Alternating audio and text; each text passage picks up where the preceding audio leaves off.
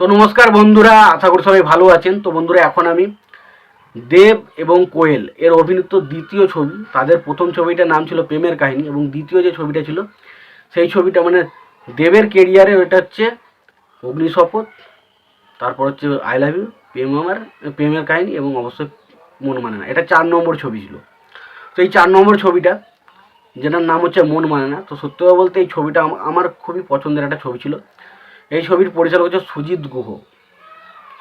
তো এই ছবির আমার যে দেখুন মনমানা ছবির যে স্পেশাল যে জায়গাটা বেশি সবচেয়ে ভালো লেগেছিলো সেটা হচ্ছে পারিবারিক যে হাফ টাইমের পর যে দেবের যে একটা পারিবারিক বিষয়টা দেখবে, যেখানে আর কি দেবের পরিবার সম্পর্কে দেখাবে, সেখানে যে জমি সেই জিনিসগুলো খুব সুন্দরভাবে ফুটে ওঠে। এবং তার পাশাপাশি সেখানে দেব কোয়েলের যে যে ধরুন একটা কী বলবো, যে মিষ্টি কেমিস্ট্রিটা সেটা কিন্তু দারুণভাবে ফুটে ওঠে।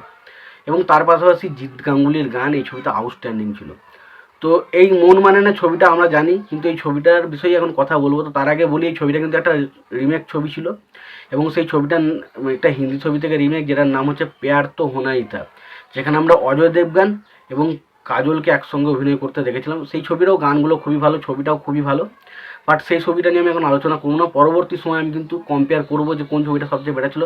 পরবর্তী সময় কিছুদিন যাক, আমি একটা করে কিন্তু কম্পেয়ার ভিডিও নিয়ে আসবো, যেখানে আমি জানাবো যে আমার রিমেক না অরিজিনাল কোনটা বেশি ভালো লেগেছিলো। বাট আমি এই মুহূর্তে আমি মন মানানো ছবিটার বিষয় নিয়ে যদি কথা বলি, তো মন মানানো ছবিটা আমার কাছে সত্যি খুব একটা পছন্দের ছবি।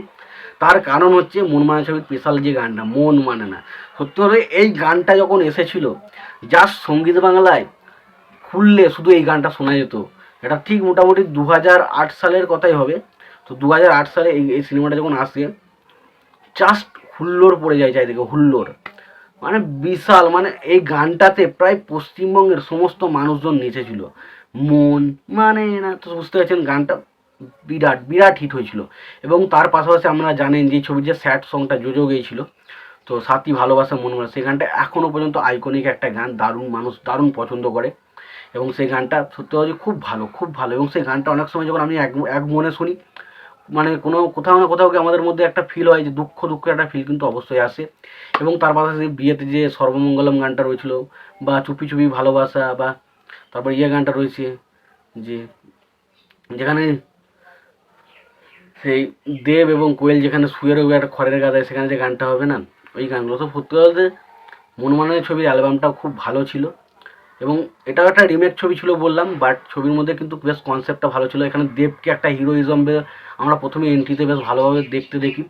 দেব একটা ছুটে আছে, তার পেছনে পুলিশ তাড়া করেছে, এবং সেটা একটা হিরো রকম একটা স্টাইলে কিন্তু প্রেজেন্ট করা হয়েছিল দেবকে। এবং তার পাশাপাশি ছবিতে কিন্তু বেশ কিছু কমেডি কিন্তু দেবকে দিয়ে করানো হয়েছিল। সেই কমেডিগুলো সত্যি ভাবে যে হাসি পেয়েছিল। এখন হয়তো দেখলে হাসি পাবে না, বাট সেই মুহূর্তে আমরা যখন দেখেছিলাম অনেক ছোটোবেলায়, তখন কিন্তু আমাদের ক্ষেত্রে কিন্তু খুব হাসি পেয়েছিল। ছবিটা কিন্তু খুব ভালো লেগেছিলো, খুব ভালো একটা আইকনিক ছবি ছিল কিন্তু মন মানে না।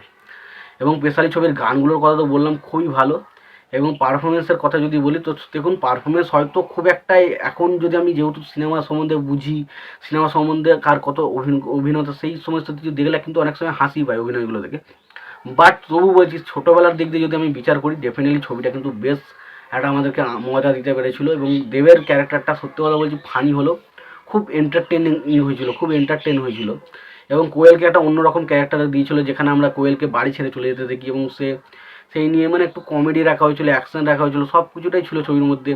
তারপর যে গান ছিল, একটা বিজিএম লাস্ট, প্রত্যেকটা রোমান্টিক ছিল, একটা যেমন প্রেমের কাহিনীতে না না না না না না না না না, এই যে গানটা ছিল প্রেমের কাহিনীতে, ধরুন এরকম একটা সুর আসতো সবসময়, যখনই একটা রোমান্টিক সিনের কথা আসতো, এই সুর তেমনি মন মানেতে লা লা লা লা লা লাল্লা, এই যে বিজিএমগুলো বাজতো না, সত্যি বলতে একটা আলাদা রকম ফিল আসতো ছবির মধ্যে। তো সত্যি বলতে খুবই ভালো একটা ছবি ছিল প্রেমের কাহিনী। এবং অবশ্যই মন মানে না, দুটো ছবি আমার খুবই পছন্দের একটা ছবি। এবং সেখানে আমরা প্রথম দেব কোয়েল একটা জুটিকে কিন্তু পেয়েছিলাম। এবং তার মধ্যে একটা ছবিতে রবিকে নিয়ে পরিচালনা করেছে, একটা সুজিত গুহ। তো খুবই ভালো ছবি ছিল।